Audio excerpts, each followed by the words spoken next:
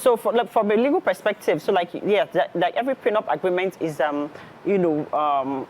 drafted, yes, different, to suit individuals or what you want to put in it. But it still doesn't stop criminals or gold diggers from coming in. Because if you tell me that I have to stay 10 years, right, to get something, a criminal will stay 10 years, right? It doesn't even prevent anything. Also, you find out that people now stay in abusive situations just because they don't want to live empty, and then things go wrong. People are murdered and stuff. And then you find out that some men or women that might notice that the other partner wants to leave the marriage before time will now try to set you up so that you can breach, because the prenup agreement has, there's always breach, right? Yeah. So if you breach this, even if you've done the 10 years, you won't be able to get it. So people start setting, a whole lot of things, happen. I found out that, like people, they said that, oh, marriage is not love that really keeps the marriage and everything, that at some point those butterflies will go away. So what happens when the butterfly now goes away and everybody is now planning and plotting? Do you understand? So I just feel like that's important. I just think that it's important to discuss your finances. It's highly important, which so many people that are dating don't have the real conversations, right? But then putting certain things before certain things, or putting certain things as a yardstick for love, or a yardstick that I should be with you, or a yardstick of how I should behave, I just think that that's not good enough. Yeah, I don't think... Okay, so I personally do not believe in prenups, right?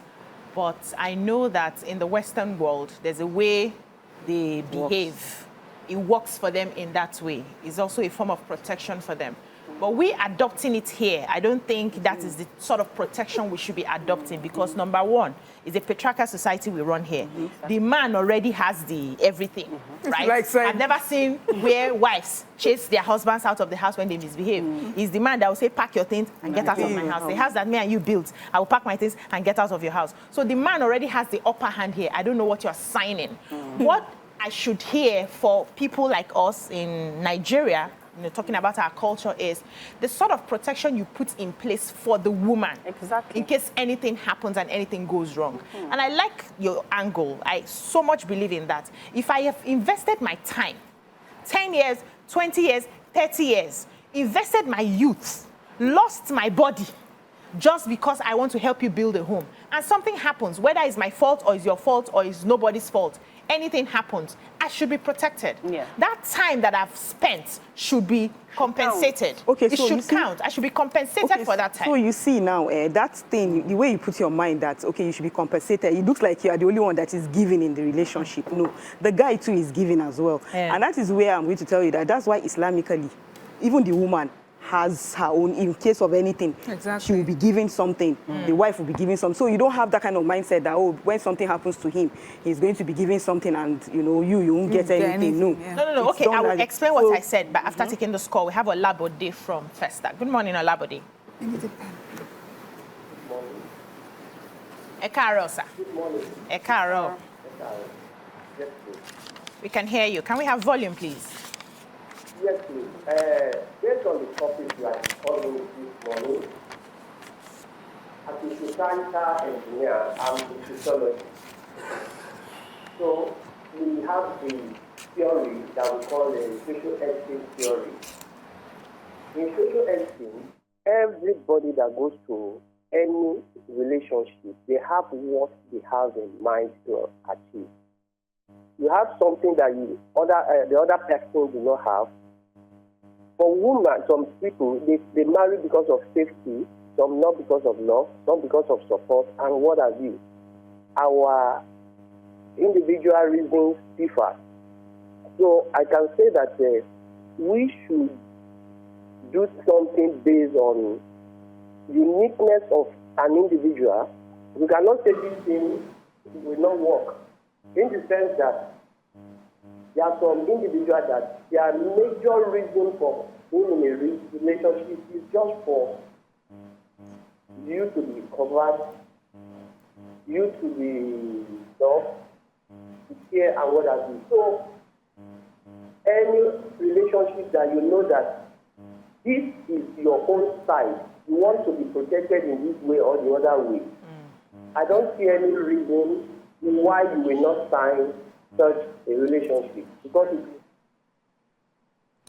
Oh, thank you. I didn't get what he said clearly. Maybe our viewers would have heard him. Yes. Yes, let me quickly respond to... so what I mean is, I know that both of us spent our time together. That's the man and the woman in the question, right? Now, the compensation I mean is when the woman now has to leave, for whatever reason, empty-handed from the sacrifices we both made. So while even if I was not working, even if I was just a stay-at-home mom, the fact that I was nurturing your children and I was taking care of the home, I cannot go empty. And also for the man. But in our culture, the men do not go empty because they are the ones that have the final say. So what do we put in place to protect the woman that if anything happens? And this does not mean that we're having a foresight that we're walking into a marriage with the idea that it will end someday. No, it's the idea that anything can happen because we're human beings. Anybody can wake up tomorrow and they're tired. How do I protect my partner in a way that nobody loses at the end of the day is what we should be talking about here. And I think that that's really what the prenup is about. That's really what it's about. Of course, I really appreciate the perspective that you brought on how people can still manipulate a prenup.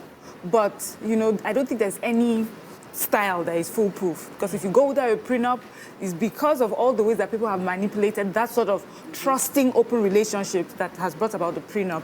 And I feel that this is your question as well about protecting the Nigerian woman, because that is a problem that we have here.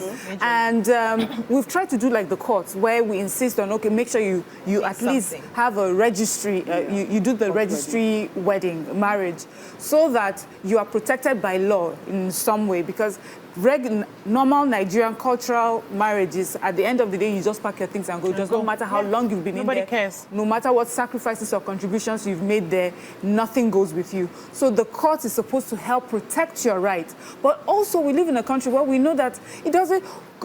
what we have written down, not necessarily what reflects in our society, So you have the courts and then you leave. It depends also, maybe if you come from, as a woman, what gives you protection is maybe if you come from a strong family yourself, they're able to push for you, or if you're a strong person yourself. But usually, like just a regular, vulnerable woman is usually left on her own to deal and fend for herself. And so for me, I think a prenup can also work in this situation, which is a fully written out agreement about what are her rights. And for me, I don't think the prenup is just necessarily about the wealth that you already have. It could be the wealth that you're looking to have, at least from what I understand. You can explain better. Because I've seen some people, or is it a post-nuptial? People do that as well. Yeah. So people would say, we have spent this year, and this is the estimated assets that we're looking for. In the case that we go our separate ways, this is how we're going to. The house will definitely go to the wife and children. This, whatever added assets. Exactly. So we need an agreement. Maybe the word is not a prenup, but we do need an agreement that protects the Nigerian wife, because honestly, today, that is a problem that many Nigerian wives are facing. That's why you're talking about some of the things that women have to enjoy in marriages, because they're afraid that when they step out, that means my lifestyle is gone, my children fees or anything, everything is gone, and has stopped. So whether I like it or not, right, a prenup is focused on what you already have, and it's focused on finances, mainly finances, right? And the reason for me why I believe a prenup is distasteful is because you're telling me that you have to choose, as in, I don't want you to be materialistic. I don't want you to look at my money. I don't want you to look at either way, whether man or woman. You need to choose. Do you want me without the money? Oga? I want to feed you. I want to ask, if her leg was bent or what was going on, would you have gone for her? How about those that go for why does okay, so for me, if I'm just let me finish. Why, when they talk about prenup, you find out that most it comes from the majority in terms of the ratio is mainly men, right? Yes, trying to protect their wealth. Yeah, men with money and everything. And I keep asking that question. As a man, what are you working for? Is it not for your woman that's giving you happiness and joy to enjoy? It's not for your children and your home and your family to enjoy. If you die, we all die. We carry to the grave. What is the problem? Then, and when you put those conditions and the woman ends up doing that, you find that somehow that thing is at the back of her mind. True. I don't think there's any woman or man that signed the prenup and is 100% happy with it. I don't think so, because you have given somebody reason to say it's either this or that. you're putting the person Now collabo. I'm choosing both of you. Come with your money and your wealth goes together. I'm So your final thought, we have to go. Yeah, so, okay, so I'm just thinking that, okay, what if I sign a prenup? I know that I will not be invested in that relationship 100%. Yes, I will not be, because I know that, at the end of the day, my property will be my own, and his own will be his own. And then, yes, it's divided in the mind. So it's really transactional. Divided in the mind. I like that. It's transactional. So, for example, now, let's say... Example, we don't have time for example. We have to go. We have to go. We have to go. We have a guest, yes. So we'll take a breather here, and I'm sure you guys have heard. In our culture, we have to find a way to write our own prenup so that it favors the Nigerian woman. Look at, this is not because we are women. Look at your mothers, your aunties. You must have had someone who experienced a bad marriage and was chased out for whatever reason, empty-handed. And they had to start picking up their life again after investing years in that. You wouldn't want that for your auntie, would you? You wouldn't want that for your sister, would you? For your daughter. You wouldn't want that for your daughter too, would you? Yeah, so it's not about feminine thing, no. We're just talking reality here. And I hope that we'll find a way in the country to see how we can do this for our women. That's all we can take on this segment. When we come back, we have a special guest in the house, and the show continues. Stay with us.